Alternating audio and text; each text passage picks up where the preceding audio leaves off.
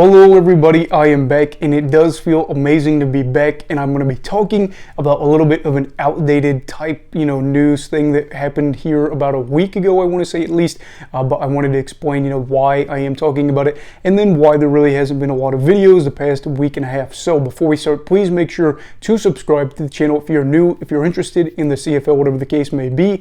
I love the CFL. It is a huge part of my life and I always am going to talk about it, whenever I get the chance. So we're going to be talking about this topic today and then of course where I've been. So let's get into it, and I'm going to start off by saying the reason I was gone so long really was unintentional, because it's been, I think, 11 days. Today will be the 11th day that I haven't got out a video, but I'm going to get it out, a little bit after it turns 11 days, 0 hours, blah, blah, blah. But anyway, I was super sick last week. Last Wednesday, I was sick. I ended up calling into work. And then Thursday, ended up going into work while I was still sick because I didn't want to miss holiday pay for that Friday and that Monday. So basically, I was just not going to be able to put together good enough videos. My voice was gone. I looked terrible, blah, blah, blah. So that is why I was gone. And now I'm back and I feel really good. Maybe not 100%, but I feel pretty close to getting there. Probably like 96, 97%.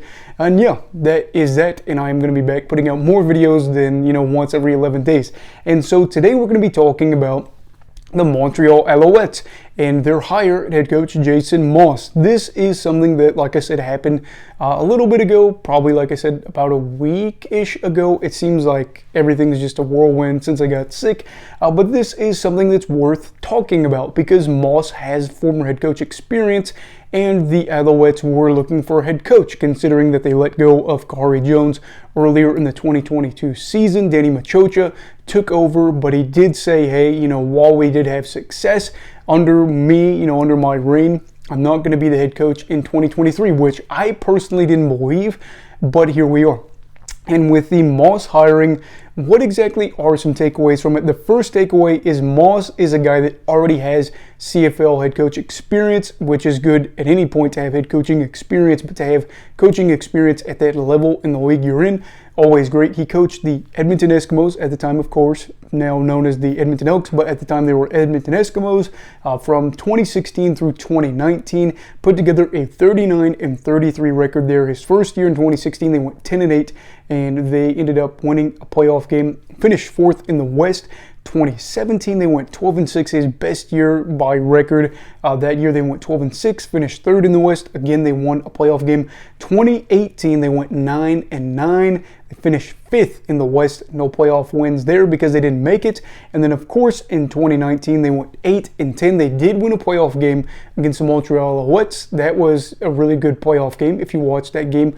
But yeah, that was their last season there as a head coach. And then Maas eventually became the offensive coordinator for the Saskatchewan Roughriders for, I believe, 2 seasons. I think it was 2021 and then this past season in 2022, and was, of course, let go of his duties because, well, the Riders offense was just really struggling to do much of anything.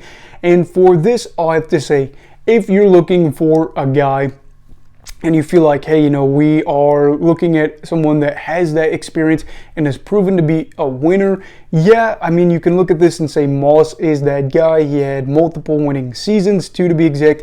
And his worst year, his, bottom of the barrel year was his final year at 8-10.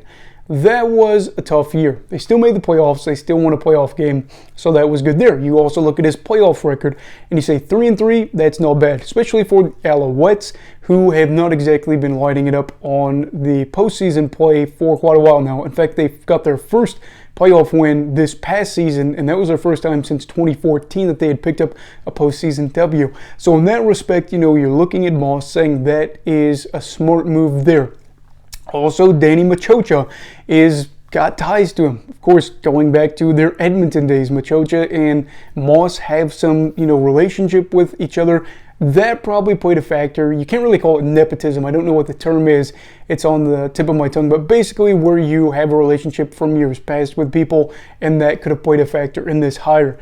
Personally, what is my take on this decision? I am not the biggest fan of this. I don't exactly know what you're going to get with Maas as the head coach. But I think that if you're going to get him running plays, calling plays for the offense, from what we saw with Saskatchewan, things were not perfect. Now, I will say in Montreal, the running back situation is pretty good, but again, so it was in Saskatchewan as well.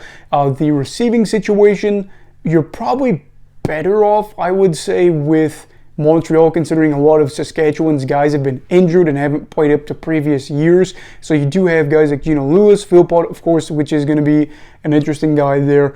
But in general, I look at this and I think the big takeaway here was the fact that he had some experience there with Trevor Harris. Because Trevor Harris, that was, what was it? That was their last year together, was their only year together, if I'm not mistaken. That 2019 season where Maas and the Eskimos went 8-10. Trevor Harris, that was his first year with Edmonton. So you had that experience there. I think in my mind, I look at this hire and I think that Tyson Machocha and Harris kind of sealed the deal. Also, I don't exactly know who else would have been on the market at the time. I know that Ottawa got their guy and they kind of settled things there. And then other clubs had their, their head coaches solved. But I would have to say this feels like a move that maybe within a year or two, you wonder if it's the right move. I think what's going to happen here too is Montreal really doesn't have a bad roster by any means. They could put together a 9-9, 10-8 season. Maybe they win a playoff game, so he's safe. But I would say, as of right now, I would be shocked if Montreal has Maas around more than, let's say, 3 seasons because of Harris and a bunch of other factors. I don't know. Personally, I can't say. But yeah, that is kind of my parting thought there for Maas and his hiring. I've got nothing against the guy, but at the same time, like I said, I think this one will come out to be a little bit different than what they're hoping for Montreal's front office. But I'd love to hear your thoughts on this. Who do you think made the right decision here? Do you think Maas made the right decision, considering that he didn't have a offensive coordinator position at the time? I mean, he did pretty well for himself.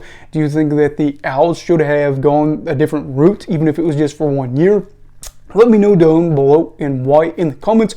Also, please be, here sticking around for another video this week. Probably BC Lions season recap. I don't know exactly how far in depth we'll go for that, but I do want to talk about that, and so we will see. But anyway, everybody, please make sure to like and subscribe. Stay safe and have a great night.